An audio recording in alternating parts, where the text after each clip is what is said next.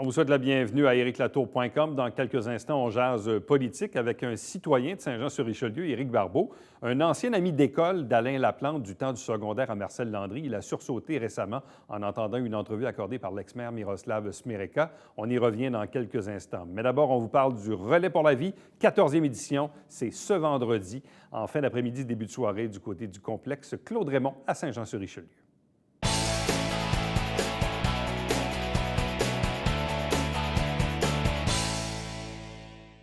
C'est un rendez-vous ce vendredi, 1er juin, la 14e édition du Relais pour la vie au profit de la Société canadienne du cancer, donc toujours tenue tout juste à côté du Colisée Isabelle Brasseur au complexe Claude-Raymond. Avec nous pour en parler, la porte-parole de cette année, Linda Touchette. Bonsoir et bienvenue. Merci de me recevoir. Portant fièrement le chandail jaune. Oui, ça qui veut dire qu'elle est une survivante. Elle est survivante. C'est ça, mon premier cancer en 2002. Donc, quand j'ai eu mon cancer, j'ai dit « Ah, je ne l'acceptais pas nécessairement. Donc, j'ai dit, si ça m'arrive à moi, il faut que j'aide les autres. Donc, avec mes élèves, parce qu'à l'époque, j'étais enseignante à Boutillier, on a fait une exposition sur des serpents, on avait une correspondance quand j'étais à l'hôpital, puis on a fait le tour de la région. Et là, Francine Goyette, qui était responsable à l'époque, m'a recrutée. Elle dit, ce qui t'arrive, bien, je pense que tu vas pouvoir aider les autres à travers ça. Et c'est comme ça qu'après ça, j'ai été capitaine. Après ça, porte-parole en 2008, en 2012. J'ai rencontré Nél Auclair, Sylvain Poisson, donc des gens incroyables qui font que c'est ma cause. Là, tu as dit tantôt, 2002, c'était mon premier cancer. Est-ce à dire que tu en as eu un deuxième par la suite? Bien, ou des rechutes? C'est le même en deux morceaux. Donc, ils sont allés une première fois. Quand ils ont fait la biopsie, c'était trop agressif, donc ils sont allés chercher la deuxième partie après, mon cancer de la thyroïde. Mais j'ai été 1 année en radiothérapie, 10 années en radiothérapie. 10 ans? Oui, et à chaque 6 mois. Et en 2012, en mai 2012, j'ai eu ma confirmation de rémission.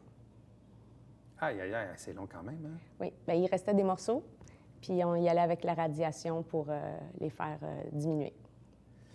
Un jour, c'est mon beau-père qui a eu le cancer qui m'avait dit ça. Il m'avait dit, cancer, la rémission, ça existe-tu vraiment, le concept de rémission? Parce qu'il dit, le cancer, tu te lèves avec, tu te couches avec. Puis après ça, c'est comment tu vis avec ça. C'est un autre paire de manches. Tu sais, dans ton cas, toi, tu dis, bon, 2002, radiothérapie pendant 10 ans, bon, rémission depuis 2012. Là, on est en 2018 aujourd'hui. Visiblement en bonne santé, ça va bien, la vie est belle? Très bonne santé. C'est sûr, on garde nos bonnes habitudes de vie. Ouais. Mais moi, cette année, ça a fait un peu comme un coup là, très, très dur parce que, justement, dans ma famille, on est plusieurs survivants du cancer. Mais mon oncle, qui est très près de moi, est décédé le 17 février de cette année, à 57 ans. Aïe, aïe, aïe. Donc, c'est jeune. Vu que nous, on a passé à travers, quand on a eu son diagnostic, on n'y a pas cru. Mm-hmm. Les médecins lui donnaient 3 mois. Il a vécu 14 mois. Mais 14 mois dans une grande souffrance, parce que où il habite, l'aide médicale à mourir n'existe pas. Et ça fait mal. Là, ça fait réfléchir. Est-ce que ça peut revenir? Oui. Même si je fais tout ce que je peux pour être bien dans ma peau, c'est une réalité de la vie. C'est une réalité. Oui. Mais en même temps, quand tu regardes ton propre cas versus la recherche et les traitements que tu as eus aujourd'hui, moi, j'aime bien souvent faire une corrélation parce que les gens participent à des événements, donnent de l'argent. Et évidemment, il y a des services, mais il y a aussi de la recherche. Hein? Et s'il n'y avait pas de recherche, il n'y aurait pas de traitement, puis il n'y aurait pas de médicaments, puis tu ne serais peut-être pas là aujourd'hui. Donc, quelle corrélation tu fais entre les traitements que tu as eus, toi, de 2002 à aujourd'hui, disons, là, versus les gens qui avaient peut-être un cancer similaire au tien il y a 30 ans, il y a 40 ans, il y a 50 ans? Juste dans les 10 années.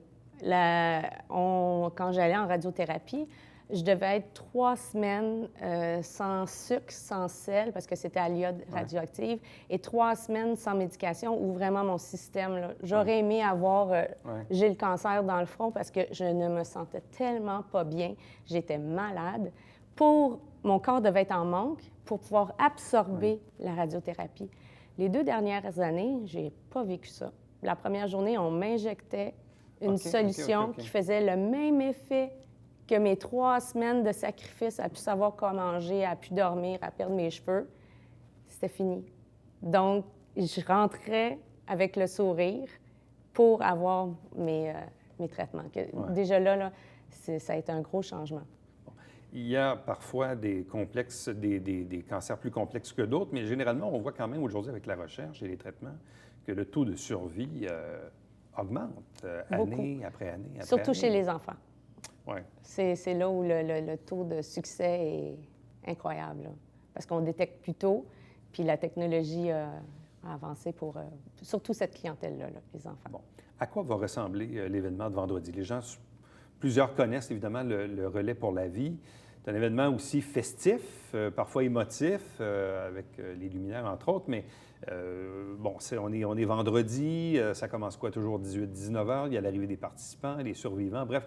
Quel est un peu le modus operandi là, de la soirée? Le site ouvre à 17h30.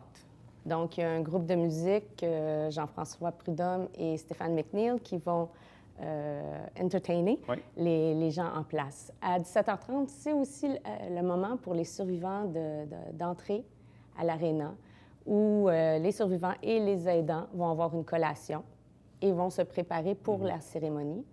18h30, c'est officiel, c'est le lancement officiel. Il va y avoir des personnes responsables qui vont avoir des allocutions, on a des personnes dignitaires. Et vraiment, à 19h, c'est l'arrivée des personnes survivantes avec la cérémonie des papillons. Ouais. Donc, la légende amérindienne, et on laisse envoler, on libère les papillons. La haie d'honneur des chevaliers de Colombe, couper le ruban, premier tour. Après le premier tour des survivants, puis on parle du tour des survivants, je me souviens de mon premier en me disant que j'étais encore dedans. Ouais. Le deuxième, où j'étais vraiment émotive, c'est quand on a eu la permission d'avoir un aidant avec nous. Ouais. Ça donnait la chance de remercier les gens qui, par contre-coup, vivent aussi les effets secondaires de la maladie. Et cette année, bien, comme j'ai dit, j'ai perdu un être cher, puis j'aurais donc aimé l'avoir à côté de moi avec son chandail jaune. Mais là, il va être là. Puis c'est là qu'il va être pour face à mon premier tour à moi. Puis après le tour des survivants, bien là, c'est le premier tour des marcheurs. Les marcheurs qui, cette année, une nouveauté, on leur a demandé de se démarquer. Donc, on ne portera pas le chandail jaune pour les marcheurs, mais bien des distinctions par équipe qu'ils auront préparées. Mais pas de chandail blanc, là, c'est ça? Non. Mais plus de choses, des belles surprises. J'ai hâte de voir les surprises parce que plusieurs équipes vont y mettre plusieurs énergies. Bon, là, on compte quoi? 500 marcheurs? 500 marcheurs, environ 538 équipes, 100 survivants, puis un objectif 1200 luminaires, puis un objectif de 175 000. Bon. Évidemment, ce genre d'événement-là demande énormément d'heures de préparation, comité organisateur, commanditaire. C'est un gros événement qui demande voire des mois de préparation. Donc, qui sont les gens qui sont derrière le comité là, cette année? Bien, je ne pourrais pas tous les nommer, mais il y a 5 personnes qui, autour de Nancy Gilbert qui ont pris chacun un morceau. Donc, j'aimerais mieux pas les nommer pour pas les oublier. Mais je les ai vus en réunion et c'est incroyable. Un comité qui, normalement, ou avant, était d'une quinzaine de personnes et 5-6 personnes cette année. Donc, les bouchées sont doubles, mais c'est des gens qui sont tellement dévoués. C'est incroyable. Comment on fait pour garder cette flamme? Parce que, évidemment, la difficulté souvent dans un événement comme ça, c'est la répétition. C'est-à-dire que c'est l'année prochaine, puis l'année d'après, puis ainsi de suite. Donc, parfois, les gens vont dire « Ah, bien, écoute, je l'ai fait une couple d'années, là, je vais prendre une pause, je vais peut-être revenir. » Il y a d'autres causes aussi qui sont tout aussi bonnes, etc. Comment on fait pour garder la flamme dans un événement qui est aussi porteur? Parce que le cancer, il existera malheureusement toujours. Puis il y a des gens qui nous regardent qui peut-être un jour vont être atteints malheureusement puis qui vont être bien contents d'avoir des traitements. Donc, comment on fait pour garder la flamme à l'égard d'un événement comme ça? Souvent, c'est les expériences personnelles. Donc, si j'ai eu un cancer, comme moi, là, il y avait une partie de moi pour garder ma flamme, je me suis placée dans d'autres comités comme l'animation, puis pour changer, mais toujours être présente. Mais des gens qui, comme moi, pensaient que c'était fini, puis ça nous touche quelqu'un de près. Souvent, les équipes sont formées autour d'une personne qui a été atteinte ou qui est décédée. Donc, c'est très humain, je pense, dans la façon de renouveler. Donc, si j'ai une équipe de Marie-Danielle Noiseux, sa mère a eu le cancer, eux, ils reviennent à chaque année, mais c'est une célébration de « on veut que ça arrête ». Parce que c'est ça le relais pour la vie, hein? C'est un regroupement de personnes qui ont des grands cœurs puis qui veulent faire partie de la solution, qui veulent des changements. Puis c'est le pouvoir qu'on a d'être là, puis avec nos dons, puis avec nos luminaires, puis on s'investit. Là, cette année, vous avez également la présence de Zumba Dan et d'Alexandre Belair. On en est très fiers. Qu'est-ce qu'ils vont faire? Zumba Dan, il fait le réchauffement à 18h30 ou 18h, 18h30 pour les participants. Alexandre Belair va arriver pour sa prestation à 20h. Et il va rester aussi avec nous pour la cérémonie des luminaires. Donc, après allumer les luminaires, la montgolfière, la cornemuse, le tour du silence, son Ave Maria. Ça va être vraiment quelque chose. Et là, le public est invité aussi. Bon, il y a les participants, on s'entend, mais le public en général peut aller faire son tour. Oui, voir. Parce que souvent aussi, c'est ça, quand on renouvelle, c'est des gens qui sont venus comme spectateurs qui, l'année d'après, se forment une équipe. Les gens peuvent venir, ils sont invités à rester jusqu'à 21 h. Puis après ça, 21 h pour l'événement. Ensuite, on a les luminaires. Mais 23 h, nous, on a un couvre-feu. Oui, c'est ça. Là, les gens sont invités. Mais je vous dis, de 18h30... Jusqu'à 23. À 23, il y a de l'animation. Donc, les spectateurs, le public en général peut s'y rendre, peut laisser quelques sous en même temps. Oui. Bien sûr, c'est le bienvenu, là. Oui. Puis si c'est avant 21 h, bien, au niveau des luminaires, on a tous quelqu'un, on peut mettre un nom puis rendre hommage ou célébrer. Alors, donc, 14e édition, 14e du Relais pour la vie, ici même à Saint-Jean-sur-Richelieu, complexe Claude-Raymond, sur la rue Choquette, à côté du Colisée Isabelle Le Brasseur. Donc, c'est ce vendredi 1er juin.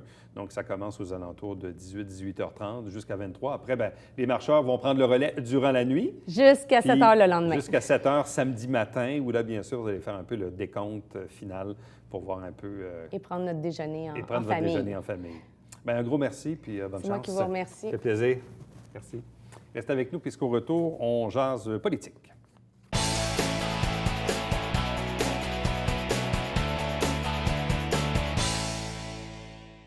Mesdames et messieurs, bonjour et bienvenue à la Justice entre nous. Mon nom est Serge.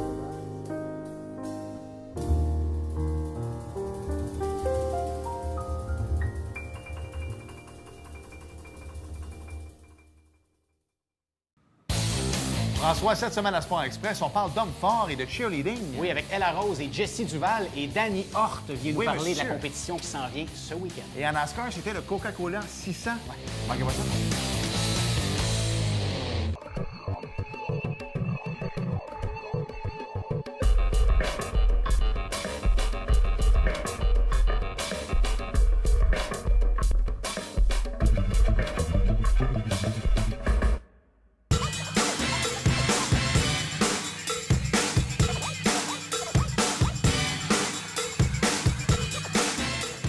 Dimanche, 9h30, Télé Bingo, on vous attend.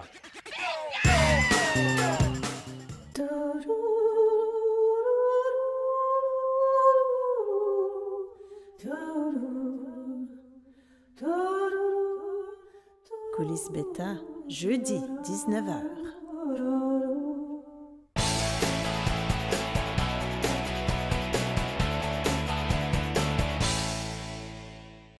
Vous savez, ces dernières semaines, il s'est dit, écrit, colporté beaucoup de choses à l'égard de la crise qui afflige en ce moment l'Hôtel de Ville. Vous savez, on a un nouveau conseil de ville, un nouveau maire, il y a quelques nouveaux élus, mais pas tant que ça, c'est à peu près le même conseil. L'équipe Fecteau, les indépendants, le maire Laplante, son équipe, mais évidemment, on le sait, là, depuis quelques semaines, il y a deux factions un peu à couteau tiré. avec des assemblées à répétition. Et là, il y a des gens, évidemment, qui expriment leur opinion, notamment des personnalités publiques ou d'ex-politiciens, notamment l'ex-maire de Saint-Jean-sur-Richelieu, Miroslav Smereka, qu'on recevait ici même à cette émission il y a quelques semaines, qui allait de son analyse, de son opinion, et qui faisait référence, pour asseoir un peu son opinion à l'égard de la personnalité du nouveau maire, sur l'album de finissant des élèves de la polyvalente Marcel Landry à la fin des années 80 à Iberville, sur un mot qui était écrit à côté d'Alain Laplante, qui est un finissant de cette année-là. Ça a fait sursauter notre invité, qui s'appelle Éric Barbeau, qui est un ami d'école d'Alain Laplante, qui était de cette cuvée à la fin des années 80 à Marcel Landry. Bonsoir et bienvenue. Bonjour. Bon, l'ex-maire Smereka avait fait une affirmation dans l'entrevue disant que le mot qui accompagne, vous savez, le fameux album de finissant, moi j'étais à Resco, vous étiez à Landry, on a à peu près le même âge, il y a toujours un mot qui accompagne la photo. Et là, la prétention de l'ex-maire Smereka, c'est de dire qu'Alain Laplante avait lui-même écrit son propre mot, et dans l'entrevue, il le qualifiait pour ces raisons de narcissique. Vous, ça vous a fait sursauter parce que vous affirmez être l'auteur de ces lignes. C'est en plein ça. Qu'est-ce qui s'est passé? Écoutez, faire une histoire courte, comme je disais un peu tantôt avant de passer en ondes, je disais que la politique était un peu... c'était disproportionné là, en ce moment, là, au niveau... que les gens se parlent et s'obstinent au niveau politique, c'est une chose, mais que les gens cherchent à se darder au niveau personnel, ça vient me chercher un petit peu. Mais encore là, étant plus loin de ça, je les laissais un peu se relancer la balle. Ouais. Mais là, c'est venu me chercher justement quand M. Smereka, il y a quelques semaines ici même, a dit qu'Alain avait lui-même écrit cette note-là. De un, j'aimerais bien ça, savoir où il a pu prendre cette information-là, à savoir que c'était lui-même qui l'avait écrit, quand que c'est moi-même ici présent qui a écrit ma note, qui a écrit sa note à Alain. Puis là, qui a basé en plus un gros 10 minutes de traité d'Alain de toutes sortes de choses par rapport à ça. Alain, personnellement, je le connais depuis des années. Puis c'est pas un gars comme ça. C'est pas un gars comme a décrit M. Smereka. Tu sais, c'est aucunement. Alain, c'est un gars généreux, c'est un gars qui est présent, c'est un gars qui est disponible. C'est pas un gars arrogant. Loin de là, c'est ça. Généralement, Alain, c'est un bon gars. Fait que les gens aient des opinions politiques envers Alain, c'est une chose. Mais au niveau personnel, j'ai trouvé M. Smereka un petit peu déplacé d'aller oser dire ça par rapport à cette note-là que j'avais écrite en plus. Quel est le souvenir que vous avez de cette époque-là? Parce que, honnêtement, moi, je me suis posé même la question ce matin en sachant qu'on se voyait aujourd'hui. Mon album de finissant que j'ai peut-être revu 2 ou 3 fois là, depuis les 30 dernières années, honnêtement, je me posais la question ce matin, c'est-tu moi ou c'est quelqu'un d'autre qui l'a écrit? Je ne le sais pas. Je n'ai pas cette mémoire-là, en tout cas pas dans ce détail-là. Et même chose pour mes amis de classe. Donc, qu'est-ce qui fait que pour vous, qu'est-ce qui fait que vous vous en rappelez? Qu'est-ce qui fait que vous vous rappelez d'avoir écrit le mot à côté de la photo d'Alain dans l'album finissant? Alain n'était pas simplement un copain de classe. Alain, c'était un grand chum. Alain et moi, on est allés à la pêche, je ne sais pas combien de milliers de fois, pendant que tout le monde sortait d'un bar à l'époque. Là, on n'avait pas le droit, on le faisait quand même. Personne ne faisait ça. Alain, c'est ça. Alain et moi, on était souvent à la pêche ensemble, chacun sur notre banc à jaser, lui et moi. Fait qu'Alain, là, je le connais de long en large, il me connaît de long en large, puis on est restés des bons amis depuis toujours.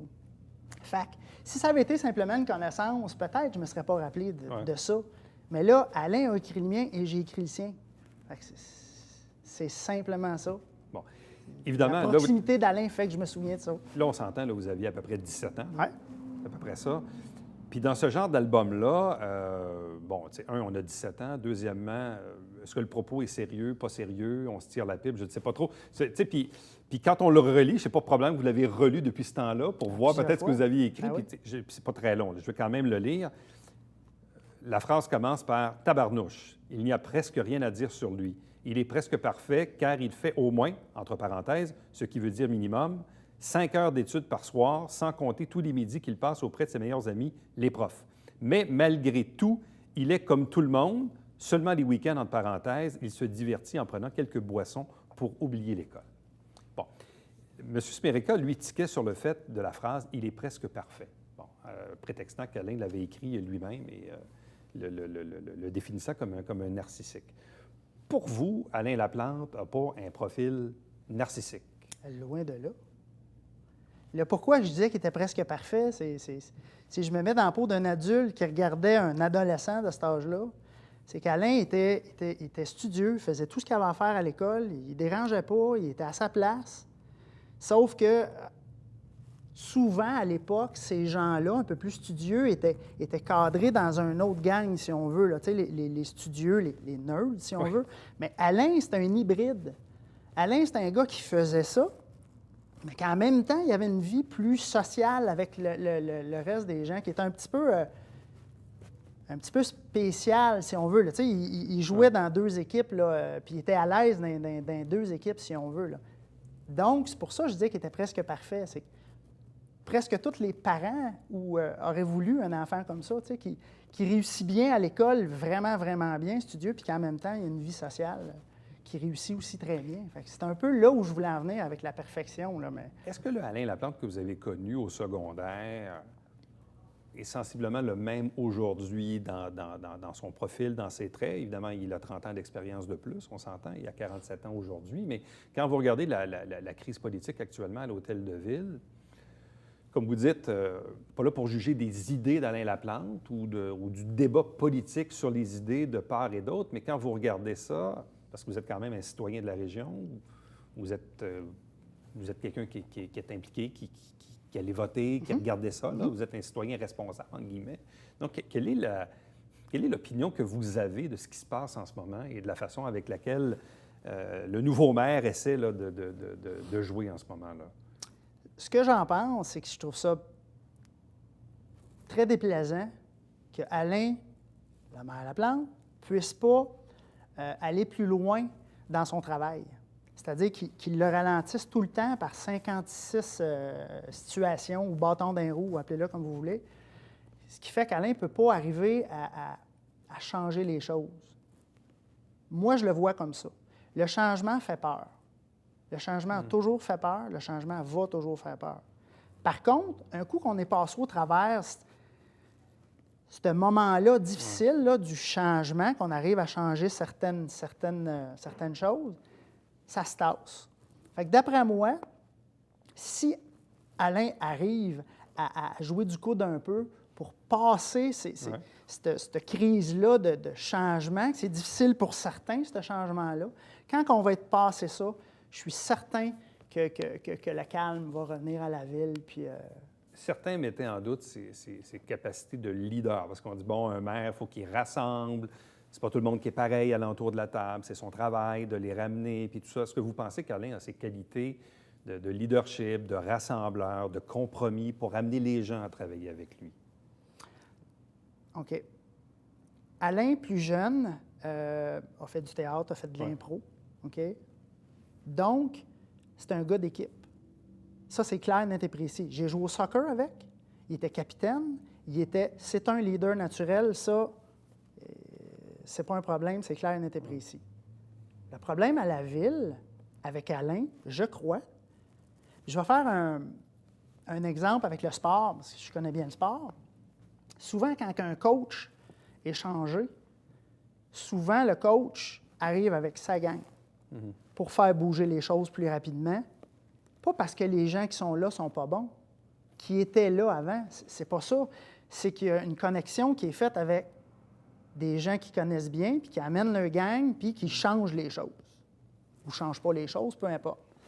C'est un peu ça, d'après moi, qui arrive. C'est qu'Alain y arrive, mais il n'arrive pas avec complètement sa gang. Les gens ils ont différentes façons de procéder. Puis là, on est au mode d'ajustement. Tu sais, s'il avait rentré à 6-7 de son groupe politique, probablement qu'on n'aurait pas cette discussion-là, c'est justement. Fait que je vous dirais qu'il faudrait que probablement, peut-être que chacun mette un peu d'eau dans leur vin, mais là, je ne veux pas m'aventurer au niveau politique. Ouais. Trop, je ne m'y connais pas assez du fonctionnement de la ville et tout ça. Là. Bon. Et quel souvenir vous gardez justement de ces années passées au secondaire avec Alain? que du plaisir. J'ai fait mon premier voyage à l'extérieur du pays avec Alain. On était à Wildwood. Il m'a fait découvrir... Alain a travaillé là-bas. Il travaillait d'une poissonnerie. Il m'a fait découvrir un paquet d'affaires par là-bas. J'ai que des bons mots à dire avec Alain. Je me suis jamais chicané avec ce gars-là. C'est un gars qui a une tête dure. C'est un gars qui sait où est-ce qu'il s'en va, puis qui, si tu veux suivre, embarque en arrière, tu vois, ça va bien aller. J'ai que des bons mots à dire à propos d'Alain. Tout simplement. C'était mon voisin en passant, on restait un en face de l'autre. Fait que je le connais bien, Alain. Ouais. Je peux vous dire que c'est un bon Jack. Et Puis étiez-vous s'ils dans le même peuvent- groupe d'amis que Guy Grenier aussi, je présume? Ben oui, je connais Guy aussi. Ouais. Je connais Guy, je connais... ah oui, on est de la même année scolaire. Bien, merci beaucoup pour ce témoignage. Ça fait donne plaisir. également un autre point de vue. Donc, sachez dorénavant que l'auteur du petit mot qui accompagnait la photo d'Alain Laplante dans l'album des finissants de Marcel Landry et notre invité, Éric Barbeau, ici présent. Merci beaucoup. Merci à vous. Restez avec nous. Au retour, on vous présente le Babillard quotidien.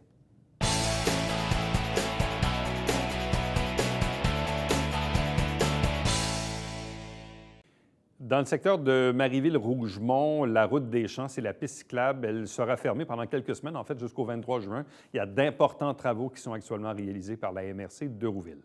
À chaque semaine, encore une fois, on vous présente un résumé des extraits des travaux du Conseil de ville de Saint-Jean-sur-Richelieu. L'émission est en ondes, mais se retrouve également sur notre site Internet. Chaque dimanche matin, 9h30 en direct, c'est le Télébingo avec 4 000 $ en prix, 30 dépositaires pour acheter vos livrets. Et puis, entre-temps, si vous désirez me joindre, faites-le par courriel à Éric Latour en un mot, à commercial tvhr9.com. À demain.